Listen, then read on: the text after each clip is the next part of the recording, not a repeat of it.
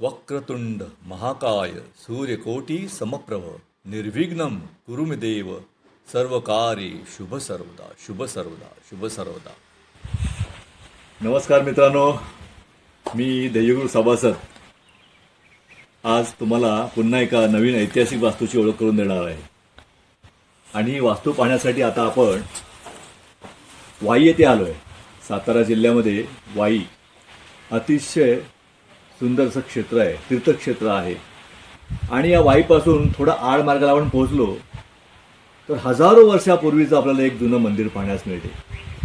आणि या मंदिराचं नाव आहे सिद्धेश्वर मंदिर, आणखी नृसिंह मंदिर.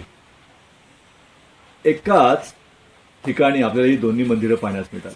अतिशय सुंदर, सुरेख आणि कलाकुसरीनं नटलेलं असं मंदिर आहे. मित्रांनो, आपण यापूर्वी अनेक ऐतिहासिक वास्तूंचा आढावा घेतलेला आहे. त्यात अजून एका ऐतिहासिक मंदिराची आज भर पडणार आहे.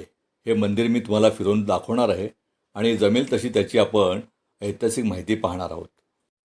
वाळकी आणि कृष्णा नदीच्या संगमावर धोम गाव वसलेलं आहे आणि या धोम गावच्या परिसरातच आपल्याला हे सुंदर मंदिर पाहण्यास मिळते.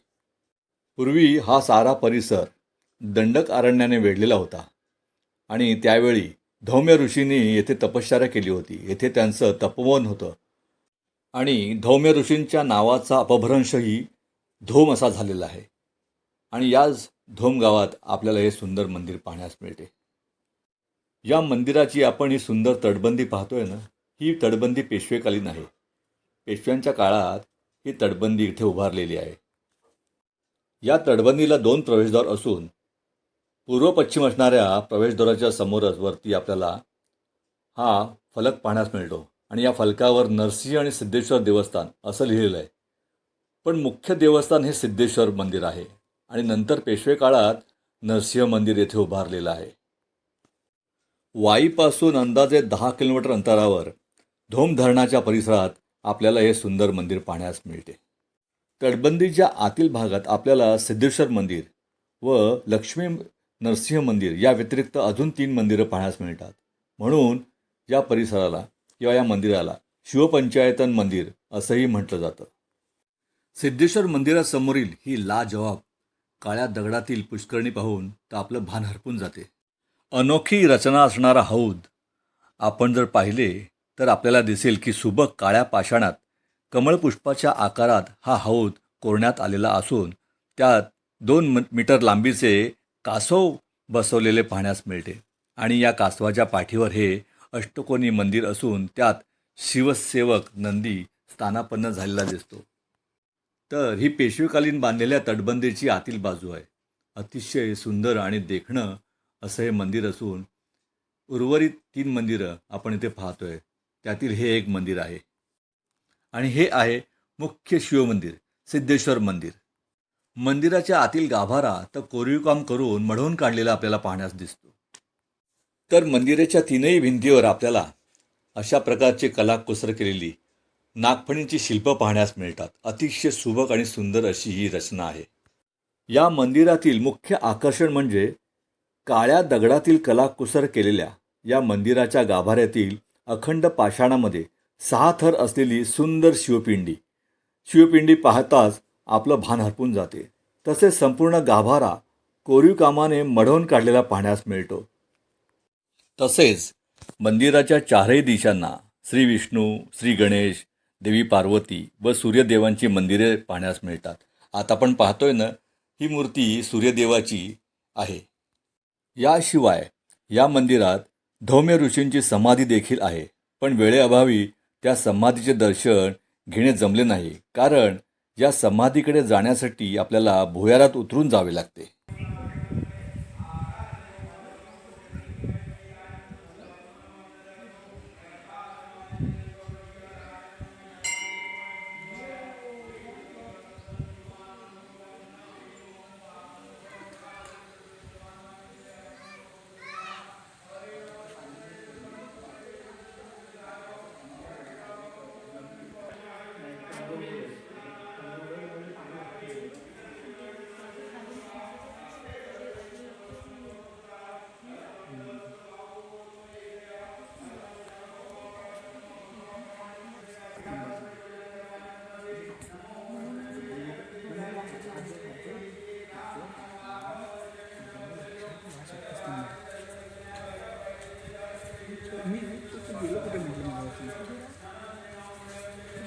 बाजू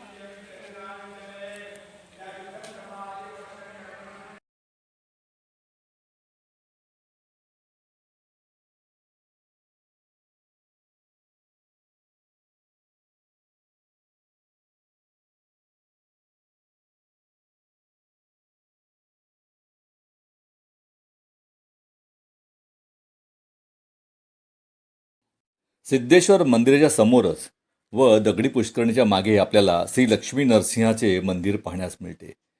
हे एका मोठ्या लाकडाच्या स्तंभावर असून तेथे देवाचे दर्शन घेण्यासाठी आपल्याला अरुंद पायरी मार्गाने वर जावे लागते.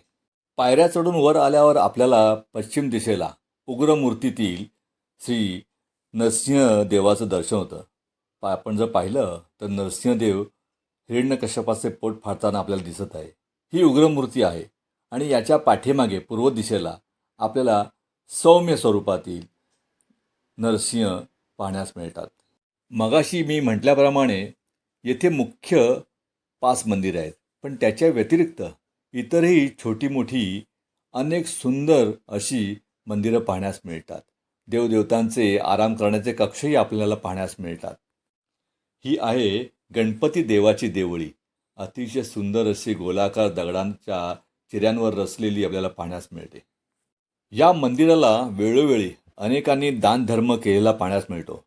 पण येथील मुख्य नोंदीनुसार संभाजी महाराज आणि शाहू महाराज यांच्यासह अनेकांनी वेळोवेळी सनद दिलेल्या आहेत आणि याचे पुरावे येथे उपलब्ध आहेत. येथून जर आपण पाहिले तर आपल्याला पाहण्यास मिळते की मंदिर किती भव्य आणि आकर्षक आहे ते. मुख्य म्हणजे नरसिंह मंदिराच्या समोरच एका देवळीत आपल्याला भक्त प्रल्हादाचीही सुरेख मूर्ती पाहण्यास मिळते. आमच्यापाशी जास्त वेळ नसल्याकारणाने जमेल तेवढं पाहून आम्ही मंदिराच्या बाहेर येऊन येथे घाट पाहण्यास आलो. या पवित्र घाटाला धोमघाट असे म्हणतात.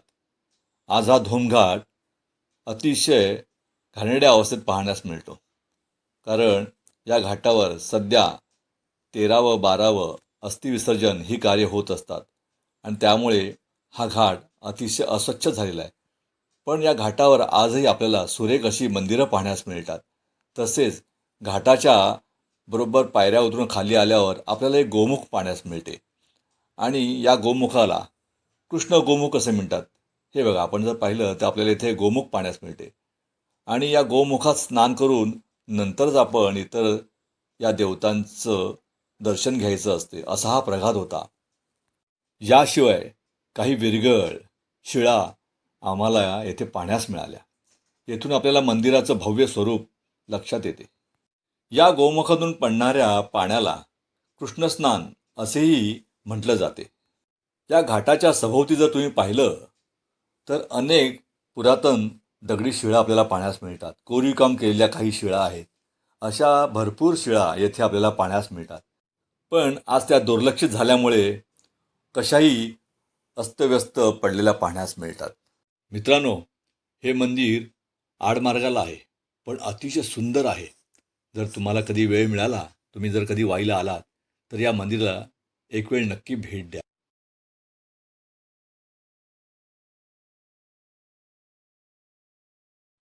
मित्रांनो, सिद्धेश्वर देवस्थानाचा हा छोटेखानी व्हिडिओ जर तुम्हाला आवडला असेल तर शेअर करून लाईक करायला विसरू नका आणि हो, सबस्क्राईब नक्कीच करा.